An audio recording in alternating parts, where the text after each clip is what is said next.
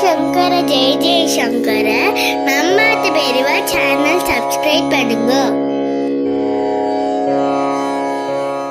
கண்களில் கருணை பொங்க கடைக்கண்ணால் காத்தருளும் என் அன்னை மீனாட்சியின் திருவடிகளை வணங்கி மதுரையில் கள்ளழகர் வைகையில் இறங்கும் வைபவத்தை தரிசிக்க நம்ம ஆத்த பெரியவா யூடியூப் சேனல் மூலமாக உங்கள் அனைவரையும் அழைத்துச் செல்லும் நான் உங்கள் லக்ஷ்மி ஹரி.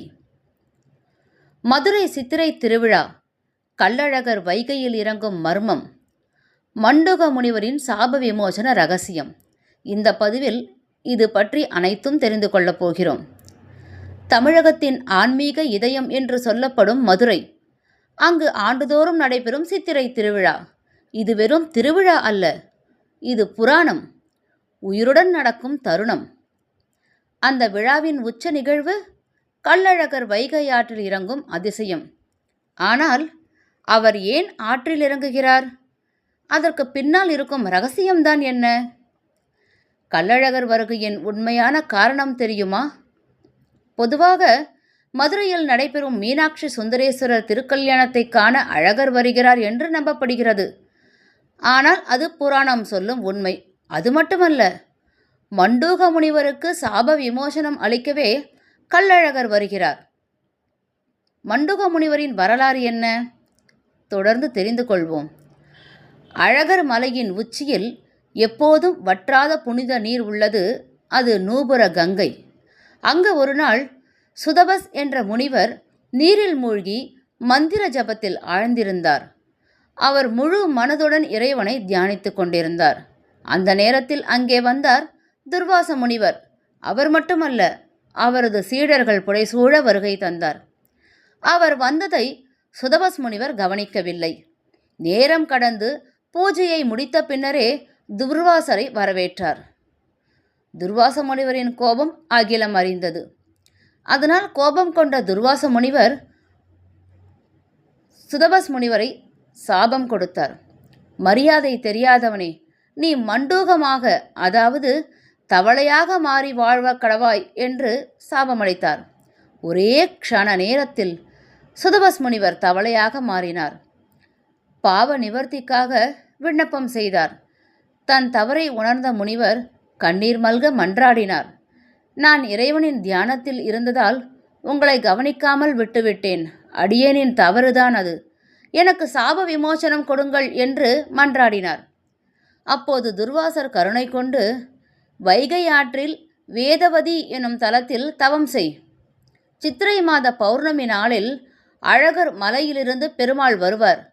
அப்போது உனது சாபம் நீங்கும் என்று சாப விமோசனம் அளித்தார்.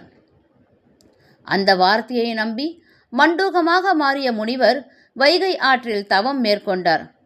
நாட்கள் கடந்தது, மாதங்களும் கடந்தது. ஒரு நாள் சித்திரை மாதம் பௌர்ணமி நேரம், அழகர் மலையிலிருந்து கள்ளழகர் எழுந்தருளினார்.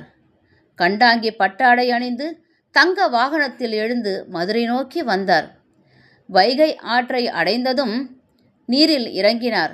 அந்த தருணத்தில் மண்டுக முனிவரின் சாபம் நீங்கியது. அவர் மீண்டும் தன் இயல்பான முனிவர் வடிவத்தை அடைந்தார். இன்றும் நடைபெறுகிறது அதே நிகழ்வு. இந்த புராண சம்பவத்தை நினைவு கூறும் வகையில் இன்றும் ஆண்டுதோறும் கள்ளழகர் அழகர் மலையிலிருந்து புறப்படுகிறார். ஆண்டாள் சூடி கொடுத்த மலர் மாலையை அணிகிறார். தங்க குதிரை வாகனத்தில் எழுந்தருளுகிறார். வைகை ஆற்றில் இறங்குகிறார். தேனூர் மண்டபத்தில் மண்டூக முனிவருக்கு சாப விமோசனம் அளிக்கும் நிகழ்வு இன்றும் நடத்தப்படுகிறது. இந்த தருணத்தை காண லட்சக்கணக்கான பக்தர்கள் வைகை கரையில் கூடுகிறார்கள்.